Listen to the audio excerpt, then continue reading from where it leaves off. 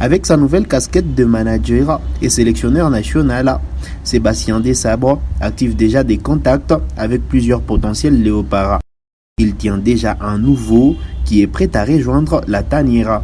Il s'agit du milieu de terrain franco-congolais Arnaud Lusamba, actuel sociétaire d'Alanyaspor, club de première division en Turquie.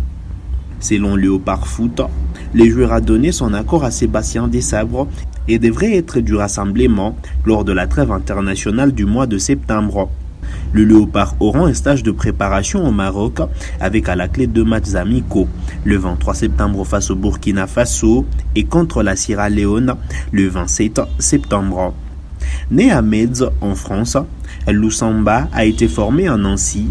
En 2016, il tape dans l'œil de l'OGC Nice qui l'enrôle en provenance de la Ligue 2.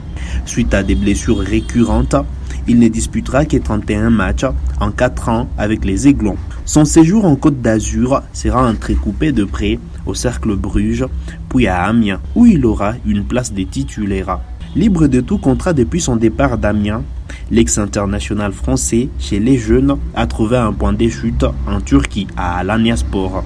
Avec Amiens, Arnaud Lusamba a disputé 69 matchs pour 6 buts et 13 passes décisives.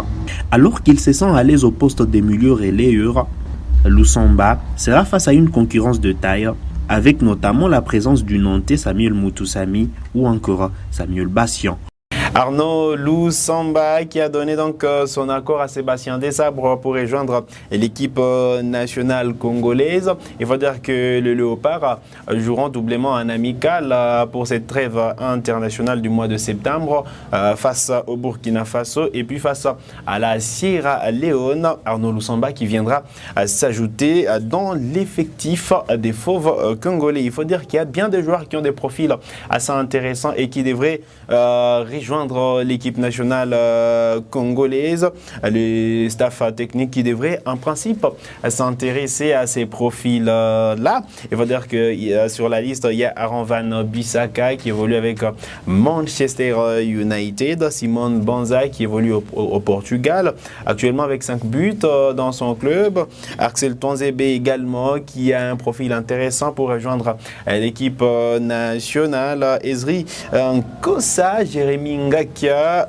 Stéphie Mavididi ou encore le monégasque Benoît Badiachile et Axel Dissassi. Ces joueurs associés aux anciens qui carburent devraient en principe renforcer l'équipe nationale congolaise à l'ambassadeur du football congolais qui sera prochainement nommé d'aller approcher tous ces joueurs pour essayer de créer de l'émulation autour de l'équipe nationale de la République démocratique du Congo. Il faut dire qu'il y a bien des joueurs qui carburent dans leur club parmi les anciens. On va d'ailleurs revenir sur les statistiques des joueurs qui évoluent à l'étranger comme toutes les semaines.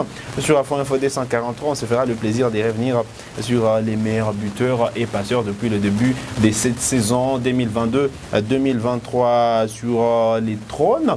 Des buteurs, c'est Simon Banza avec 5 buts jusque-là. Il faut dire qu'il est le meilleur buteur de la Ligue à Bouine, à la première division au Portugal, avec 5 buts en 4 matchs joués. Shadrack Kakolo est également à 5 buts.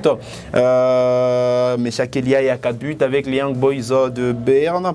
Jackson Mouleka également a 4 buts avec Besiktas, c'est le club qu'il a rejoint cet été. Elvis Soukissa est déjà à 3 buts. Yohan Wissa est à des buts avec Brentford du côté de l'Angleterre. Il faut dire que Kabongo Kasongo également a déjà marqué des buts depuis le début de cette saison. Samuel Bassian des buts.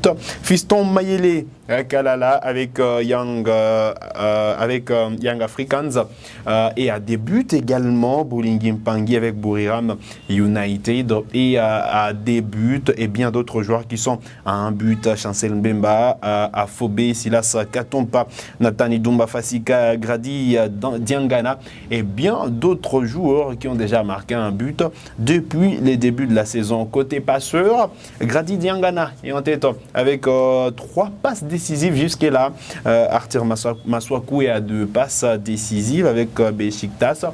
Meshak Elias est 2 passes décisives. Samuel Bassian 2 passes.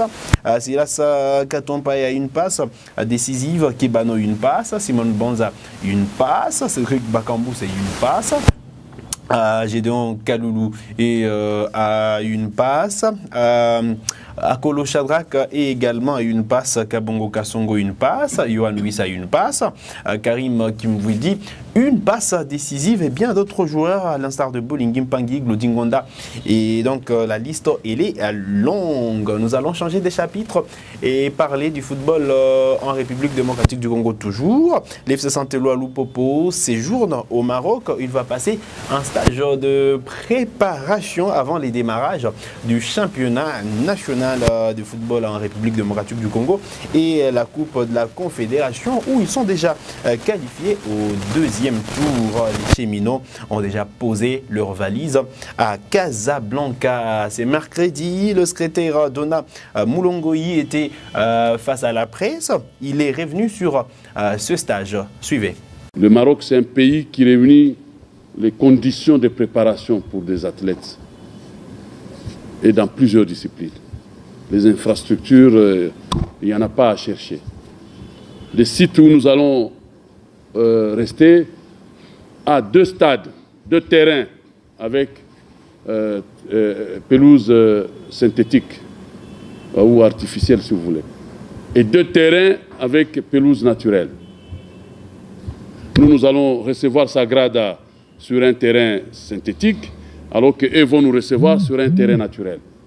Et donc, on a l'avantage de nous préparer déjà sur les 2 terrains. Tout passe par la fédération, c'est la fédération qui appelle, c'est la fédération qui cherche des trucs. Dès que nous sommes sur place, le coach va établir son chronogramme d'activité et il va fixer les dates de matchs amicaux. On va remettre à la fédération royale marocaine et ils vont nous proposer les clubs. Et nous aurons peut-être à choisir les clubs que nous verrons quand même à la hauteur de nous faire un sparring partenaire.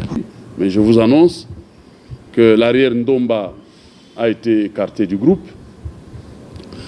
Le milieu de terrain Ikiki Kayokele, que nous avions pris de jolis sites, a été écarté du groupe. Manibanga a été écarté du groupe. Et puis il y a Zoé Sapou, qui est également écarté du groupe.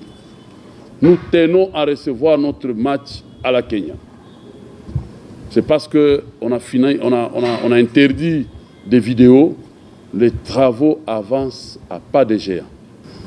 Si la CAF nous oblige de ne pas faire la phase des poules là-bas, nous allons jouer chez Mazembe. Nous allons demander ce stade. C'est un stade privé, on va écrire. Ça ne sera pas une honte de demander quand vous n'en avez pas. Voilà. Si les gens pensent que ça va créer polémique, pour nous, ce n'est pas une polémique. Au moment opportun, quand la décision tombera, si jamais on ne nous accorde pas, nous écrirons à Mazembe pour solliciter leur stade. S'ils nous refusent, nous venons au stade de l'État, le stade des martyrs. Nous remercions également le chef de l'État, son Excellence Félix Tshilombo, qui a pensé à nommer notre vice-président comme directeur général. Ça, nous lui disons sincèrement merci. Au nom de tous les fans, c'est une fête pour nous. Président de la République, merci pour ça. Continuez à penser à nous et nous serons toujours reconnaissants aussi. Voilà qui met un terme à cette production sur Afro Info 243. Vous êtes nouveau à la chaîne, cliquez sur s'abonner, activez la cloche des notifications pour ne manquer aucune de nos prochaines publications. Likez cette vidéo si elle vous a plu et merci de nous avoir suivis.